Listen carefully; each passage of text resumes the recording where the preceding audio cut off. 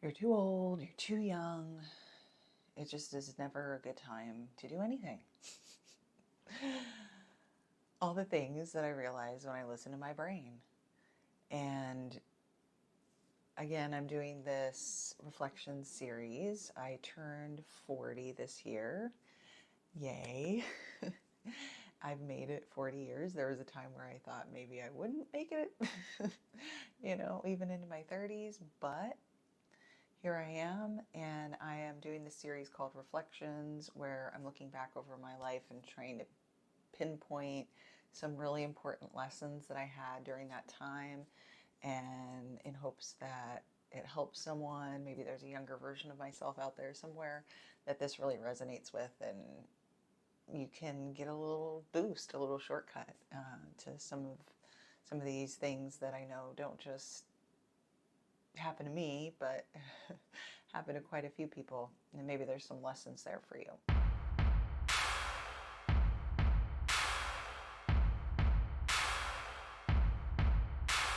When I was looking back at my career, there was this, I've been in sales my entire life, basically. I have always naturally wanted to be in sales. It sounds crazy, but the thing that I can attribute that to is my father. My father always told me, you want to be in sales or you want to be a business owner. Those are the only two ways to guarantee you'll always be able to make money in this world. And that was the best advice. I mean, thank God he planted that seed in my brain. And he's 100% right. And I agree with him now. And I try to tell every young person that I meet, learn sales. If you don't learn, because obviously entrepreneurship is very cool now. It was cool. I think it was really starting to be cool when I was in my 20s, definitely because of the whole Silicon Valley startup boost that kind of came after the 90s and after the dot-com bubble. So entrepreneurship has been increasingly cool in the younger population. However, I don't know that sales is. Hopefully, there's a new wave of people that appreciate good salespeople. I actually think it's getting worse. I think people are hating salespeople more and more. I don't have any research data to back that up. That would be really interesting information to kind of get at. I'm sure there's a study somewhere, at least of an employer survey or a survey looking at candidates, some sort of an HR recruiting survey maybe out there, I'm sure. But sales, people have a very negative connotation of the salesperson. I think of someone in a briefcase knocking on their door, interrupting their day, being rude, pressuring them to make a decision. They feel uncomfortable. There's all these feelings that pop up for people when they think of salesmen. And I was recently reminded of this because I went to a car dealership, and the first thing, mind you, every single person on the lot was very young. So this tells me that this dealership probably has high turnover, and it's part of their plan. They know they're going to have high turnover. They know they're not going to have these long-term, lifelong sales guys. They're lucky if they keep a salesperson throughout college, so like 3 to 4 years. Anything over 2 years usually for an employer is a win. But a way to guarantee they don't invest too much money in someone is to not pay them commissions, right? And a way for a salesperson to be rewarded for their hard work and kind of root out those ones that aren't going to grind it out and get through the first tough couple of years is to pay them commissions in a way that makes sense, to incentivize them, to reward them when they do make those sales and they do meet their goals and things like that, right? So commissions can be, and money can be a great motivator when you're an employer and an employee, and it can help you weed out the ones that just aren't going to do the extra work or learn how to be a better salesperson or have the courage to make those calls and do things despite of their discomfort and fear. It also can teach salespeople, if you have a good manager and a good trainer, commissions can teach salespeople how to get referrals and reward them for getting those referrals. And the only way a salesperson gets a referral or a repeat customer is by doing a good job, being honest throughout the process, throughout the sales process, being transparent, and getting the customer what they want. An ethical salesperson is worth their weight in gold. And I went to this dealership, and the first thing out of this kid's mouth is, we don't make commissions. That was their whole pitch. How did their pitch go? It was, hi, I'm basically a salesperson, but I'm not a salesperson. I'm more like a customer service salesperson.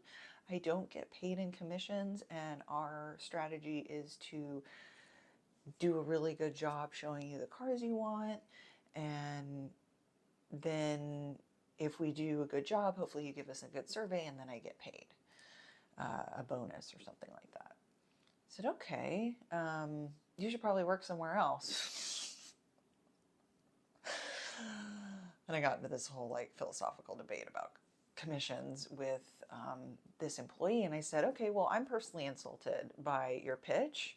I'm probably not your customer, because I believe that people should get paid for the work they do. And I am a commissions-based salesperson. I have been the majority of my career. And so that pitch isn't going to work on someone like me, right? But, you know, I wasn't doing it to be a jerk. I was just trying to, you know, let this kid know that not everybody agrees with that. And it's not that salespeople aren't bad, because the connotation was, oh, commission people that make commissions are bad and they're trying to screw you. It's like, excuse me, every real estate agent makes commissions. Every insurance sales agent makes commissions. Like, I'm sorry, but it's kind of an important thing in this world, and it's a great developmental milestone. It's taught me a ton, and again, I just want to let this kid know. So anyway, I think that the trend must be that some companies are really recognizing that people have this negative connotation with salespeople. I understand that they want to get past that barrier and still reward their sales guys in some way with this survey data. That's great. I'm glad they're getting some sort of a bonus.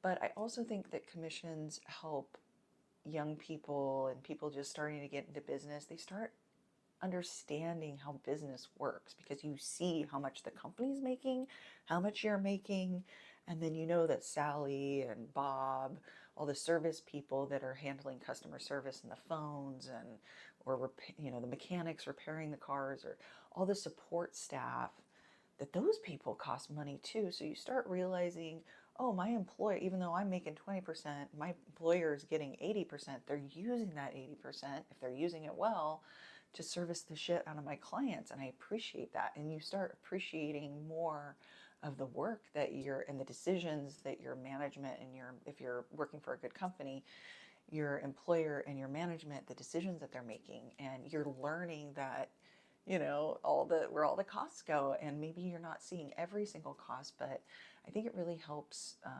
people start to understand the mathematics behind business and think about it. And what's fair, what isn't fair, what's a fair commission rate for your industry and this industry and that industry, and what are the margins, and why does every brokerage pay an insurance agent or a real estate agent X amount? What are the reasons for that? And you start, subconsciously these questions come up, but eventually if you stay in it long enough, hopefully you as a salesperson will go out and try to get those questions answered and start doing some research. So I think commissions can be a great tool for young people, and it made me sad to think that maybe not everyone sees it that way. And obviously I know that not everybody sees it that way, but just brought up some thoughts. So anyway, the reason why I brought up sales and that I've been doing it my whole life. I was the little kid that knocked on doors, that sold rocks to the neighbors, that sold my artwork to neighbors, is because um, at first when I got into B&B, I didn't really have this issue when I was in B2C, I guess is what it's called. I've always, uh, business to consumer, like when I was selling at like Macy's, like shoes or whatever, and then going door to door and selling memberships and going door to door. What else did I sell door to door?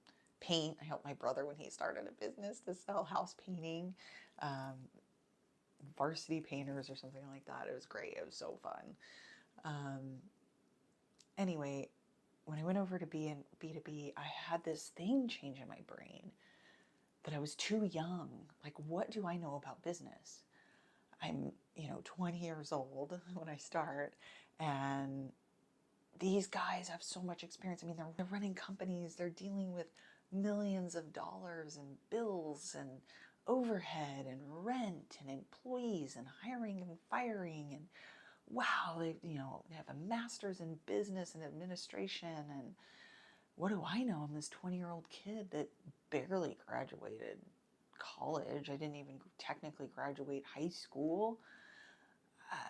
I just had this thing in my head that I was too young. And I did have some success despite that. I did well. I was a successful B2B salesperson. But I always had this haunting me. And I remember when I hit my 30s, I had a little bit of reprieve because I could say I have 10 years experience in insurance, and it really, my career took off even more after that. And it had nothing to do with who I was as a person. It had nothing to do with, experience does help. I'm not here to say it doesn't. But what I'm here to talk about is it's never the right time. Our brains tell us it's never the right time. And now because I turned old in my head, I'm 40 years old. And I've turned old. I'm 40 now, and now I'm too old to, I've heard my head say that about certain things, like, oh, you're too old because, there's all these like YouTube kids that are out there just crushing it and making all kinds of money and, doing all these great things. It's like, oh, you're too old to do that. You're too old to start another business. You're too old to do this thing or that thing. And it's like, it's all BS. It doesn't matter. We're never too young and we're never too old. If you get the idea to do the thing, work towards the thing, learn about the thing, acquire the skills, and it doesn't matter if you're 60 or 18, you can do it. And tell your brain to shut up and do it anyway. And this is what our brains do to us. And me saying it out loud, I'm sure there's people that are like, yeah, duh, like state the obvious. Yeah, duh, state the obvious. Because we all know it's ridiculous when you say it out loud. And when I talk about it, it's very logical. It makes sense that you can start a business or start a new career, do something new, start a family at all different age groups. We say it out loud and we say we're never too young, we're never too old. And we say it out loud logically, that makes sense. But in the moment when these thoughts are racing through and you're in these decision-making times and you're doing the thing and you're trying to overcome the thing and overcome the fear to do the new thing, these thoughts come up and they cripple people. They crippled me in some situations, unfortunately. I wish I could say they didn't. And it was something I had to deal with. And something I had to work through. And I wish I had the tools that I do now to work through those thoughts and know, okay, just because you're having the thought doesn't mean it's real. And it doesn't mean you have to act on the thought or not act on the thought. Just do it anyway.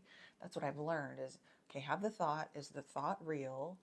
Is it true? Decide if it's true. If it's true, okay, consider it. And sometimes you just say, it's not true. It's a false thought. I'm lying to myself. We need to try to rewire that in my brain. I certainly don't want that to be one of my first thoughts I'm dealing with all the time. And a lot of times for me to get over that, I have to take action anyway and do the thing. And the more I do the thing and take action, the more that thought is disproven and my brain can't hold it against me anymore. What happens is people have the thought, they don't do the thing, and then they believe the thought to be true. And the more they don't take action, the more they believe that thought to be true, and it reinforces the brain to continue to regurgitate that thought. Our brains are wired to keep us safe, and every time there is fear that comes up for us, the brain wants to run away. It wants to go to the cave, hide in the cave, be safe, watch Netflix, curl up in a blanket, and do as little as possible. And when fear arises, it defaults to trying to convince us to do that or stay in our comfort zone. And I believe that's why a lot of people talk about this comfort zone thing. I used to just kind of like, yeah, get outside your comfort zone. It's been overused, you could say, and those of us that have heard it a million times gloss over it now. Oh, we've heard that, we know it. We think if we've heard something enough, that means we've internalized it and we know it. We may understand the concept of it, but do not follow through on the action of doing it. Don't actually bring it into practice in our daily lives, unfortunately, and dismiss these ideas that are so important. And yes, live outside your comfort zone, or try to step out your comfort zone at least once a day. So again, too old, too young, your brain's going to try to talk you out of doing things. My brain certainly talks me out of doing all sorts of things that are good for me in the long run to short-term feel safe, I guess. And hopefully this gave you some food for thought and you're able to really force yourself to think about it and force yourself to believe that you are not too young, you're not too old, you're just right, like Goldilocks and the Three Bears, because I'm a mom and I read that story recently. You're just right, and do the action anyway and prove those thoughts to be wrong. You are not too young, you're not too old. Those thoughts are false, and do it anyway. Hope you have a great day, and we'll see you next time.